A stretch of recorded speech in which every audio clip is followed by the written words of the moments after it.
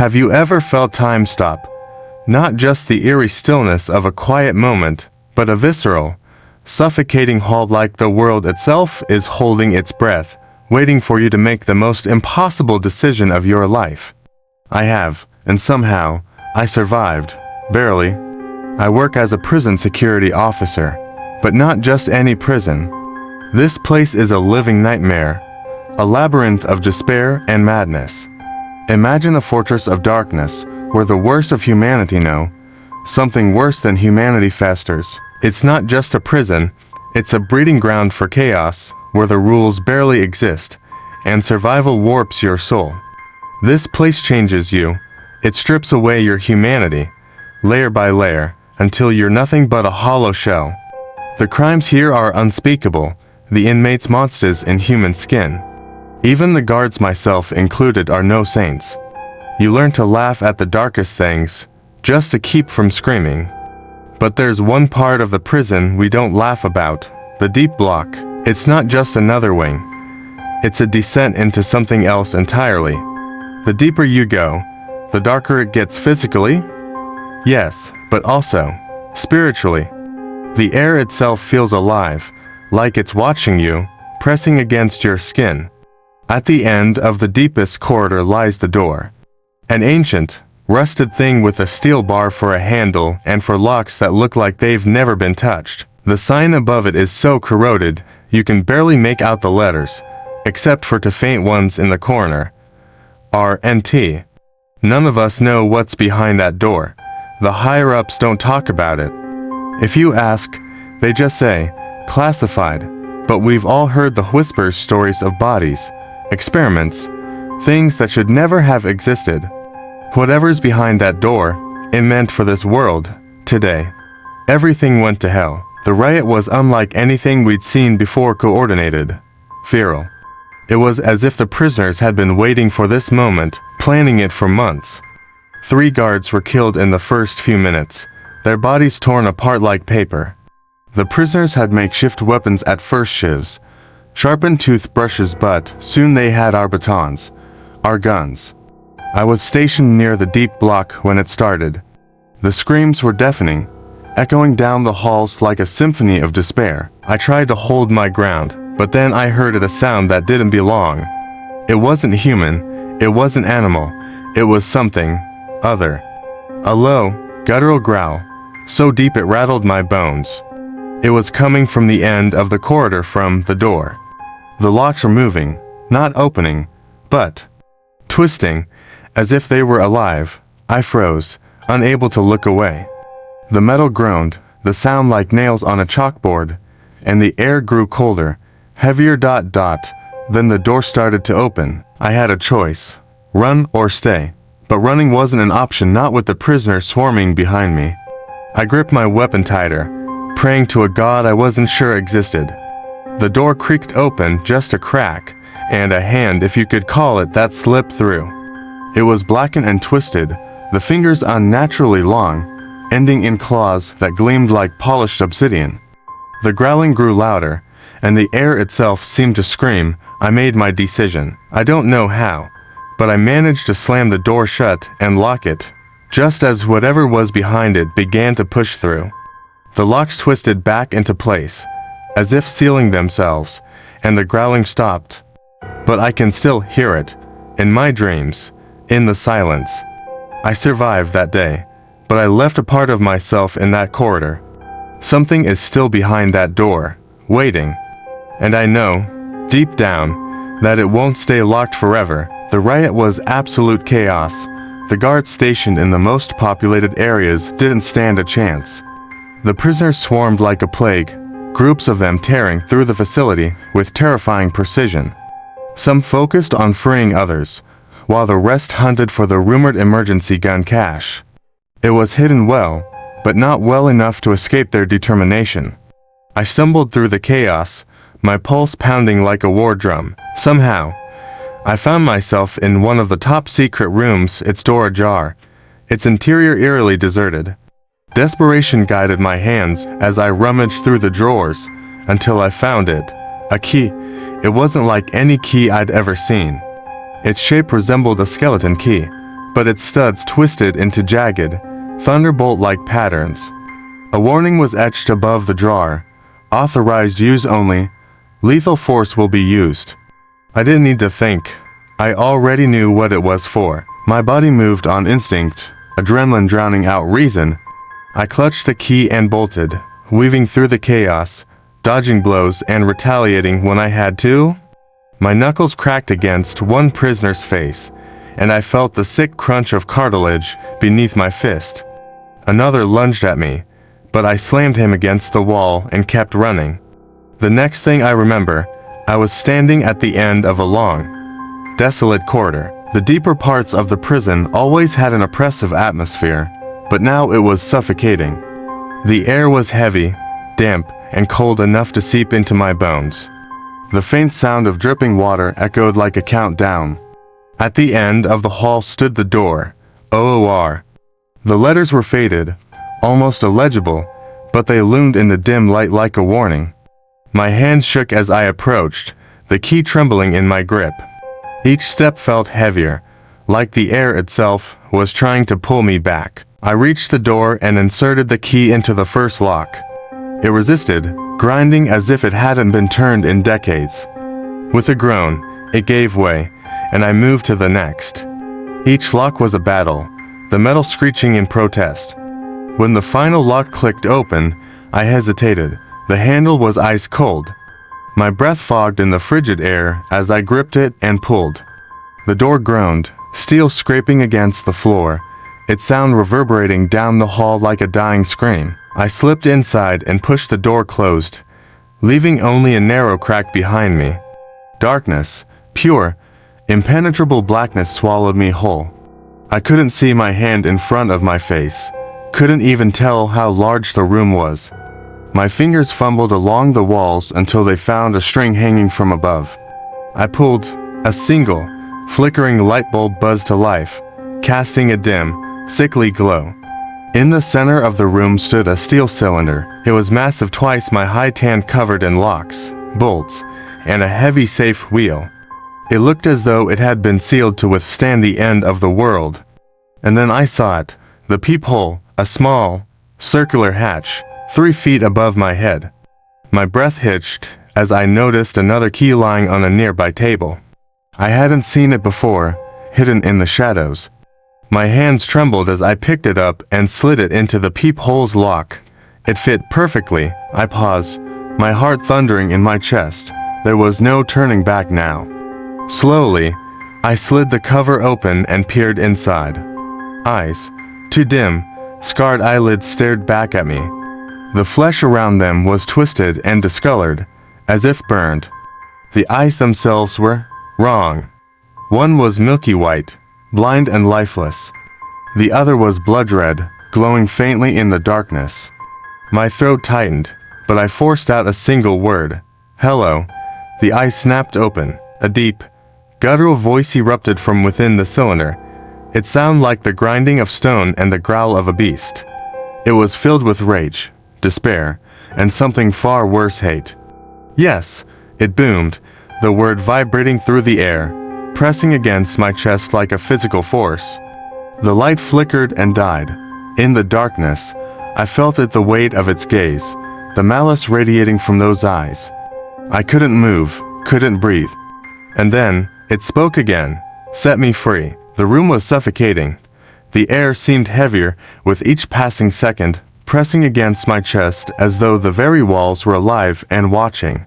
The eyes in the cylinder bore into me, their mismatched gaze, one blind, one blood red, filling me with a dread I couldn't shake. When I spoke, my voice cracked, barely above a whisper. Hello. The response came immediately, low and guttural, vibrating through the air like the growl of something ancient and unspeakable. You will wake me. For what reason? The anger in his tone was palpable, a force that made my knees weak. I stammered, struggling to explain. The prisoners. They revolted. They overpowered us. This was the only place I could go. The silence that followed was deafening, broken only by the steady drip of moisture somewhere in the room. Then his voice returned, colder, darker, each word a dagger of despair. And the inevitable comes for you. You have only one choice. The weight of his words crushed me, a fear so primal it felt like no steel, no weapon, no wall could protect me from whatever this thing was. My breath hitched. Who are you? 9:59. The number hung in the air like a curse, heavy with meaning I couldn't comprehend. My hands trembled as I turned, feeling his gaze follow me. My eyes landed on a metal cabinet nearby, and though my legs felt like lead, I forced myself to move. The cabinet creaked open, revealing a stack of files. My fingers fumbled through them, the trembling worsening as I read the label, Prisoner 959. Inside were photographs, their contents so grotesque they turned my stomach. The first was labeled 12 victims, squatter home cellar. The image was a nightmare made real. Bodies impaled through their mouths, the poles protruding through their throats. They hung upside down, their skin flayed in strips, their mouths unnaturally stretched wide. Some had no teeth, only raw, bloody gums clinging to the poles. Their eyes, those that still had them, were rolled back in agony, some staring directly at the camera with bloodshot whites that seemed to scream. Behind them, scrawled in blood across the cellar wall, was a single word, penance. I gagged, bile rising in my throat as I turned to the cylinder. You did this. They deserved it, he replied, his voice disturbingly calm. I flipped through the file, my shaking hands betraying my growing terror. More photographs, more horrors. Another image showed a cell smeared with gore, the remains of 2 inmates barely recognizable as human. One was nailed to the wall, their limbs twisted at impossible angles, their face a mask of frozen agony. This actually happened, I whispered, my voice trembling. It's true, he said, his tone devoid of remorse. The file described him in chilling detail. An alias Karna, his real name unknown. 7 feet tall, over 300 pounds, a towering monster of a man. His early life was void of information, but his crimes were meticulously documented. 103 confirmed murders, potentially over 170. He had been captured mid-act, flaying a man alive in an abandoned warehouse. Witnesses had heard the screams from blocks away. It took 6 tasers and 2 shotgun blasts to bring him down. Even then, he survived. I looked up at the cylinder, my voice barely a whisper. Why would you do this? They deserve to die, he growled, his voice thick with hatred. They deserve to suffer. They deserve to rot. Why? I asked, desperation creeping into my tone. His response was chilling, delivered with a cold certainty that made my blood run cold. They inflicted pain on others. They took what wasn't theirs to take. They ruined lives. And so, they paid the price, penance. I could hear the chaos outside, the shouts of prisoners, the distant clang of metal. They were getting closer. My gun wouldn't be enough. My body was already trembling from exhaustion. I was cornered, trapped in a room with something far worse than the rioting prisoners. His voice came again, softer this time, but no less terrifying. You're out of time. The choice is yours. Set me free ... or face them alone. The weight of his words pressed down on me like a tombstone. My hand hovered over the peephole, the key still clutched tightly. What would happen if I turned it? What would happen if I didn't? The sound of footsteps grew louder outside. My time was up ... and I had to decide. The muffled sound of gunfire echoed faintly through the thick walls, a grim reminder that my time was running out. I stood frozen, staring at the massive steel door before me. The only choice left was unthinkable, yet it was the only one I had. Releasing him, the prisoner, might mean survival, or it might mean something far worse. I swallowed hard and spoke, my voice trembling. Will you help me? The answer came, low and guttural, like the growl of a predator ready to pounce. No, I will help the ones who could be victimized by these heaps of meat. A cold sweat dripped down my back. Does that include me? For a moment, there was only silence, And then, to my relief or perhaps my terror, he replied, "Yes." My hands shook as I reached for the strange tool I had found in the cabinet. It was heavy, its jagged edges clearly designed to remove the bolts from the door. One by one, I worked the bolts loose, each clang as they hit the floor reverberating like the tolling of a death knell. Next came the locks. My hands fumbled as I turned the keys, the faint jingle of metal against metal, the only sound in the oppressive silence. Finally, I reached the massive safe wheel at the center of the door. It was rusted and uninviting, its surface cold and rough beneath my trembling fingers. I turned it, gritting my teeth as the wheel resisted. It felt like I was trying to open a portal to hell itself. Then, with a piercing clang that made me stumble backward, the door began to creak open. The sound was deafening, steel grinding against steel, echoing through the chamber like a wail of despair. I held my breath as the prisoner emerged. He was exactly as the file described, a towering giant in ragged, grease-stained orange clothing that had faded to a sickly gray. His face was a horror show of scars, not a single patch of smooth skin to be seen. His hair, long and black, hung down to his waist in tangled, matted strands. But it was his eyes that froze me in place. One was milky white, blind and lifeless. The other burned with a blood-red intensity that seemed to pierce straight through me. Both stared out from behind a mask that covered his mouth and nose, its straps wrapped tightly around his head. The mask looked like something out of a nightmare, designed to keep a beast from biting. Chains hung from his limbs, but as he stepped forward, he simply pulled them free with a sickening snap, the sound of metal giving way to raw, inhuman strength. His boots hit the floor with a thud so heavy I could feel it in my chest. He turned to me, his gaze locking onto mine. I was paralyzed, my body trembling uncontrollably. For a moment, I thought he would crush me where I stood, but instead, he raised his bound hands, silently demanding I remove the handcuffs. I hesitated, but the weight of his stare left me no choice. My fingers fumbled with the cuffs until they fell away. Slowly, I sidestepped, pressing myself against the wall to let him pass. He didn't speak. He didn't even glance back. He strode down the cell block hall, his massive frame casting long, menacing shadows.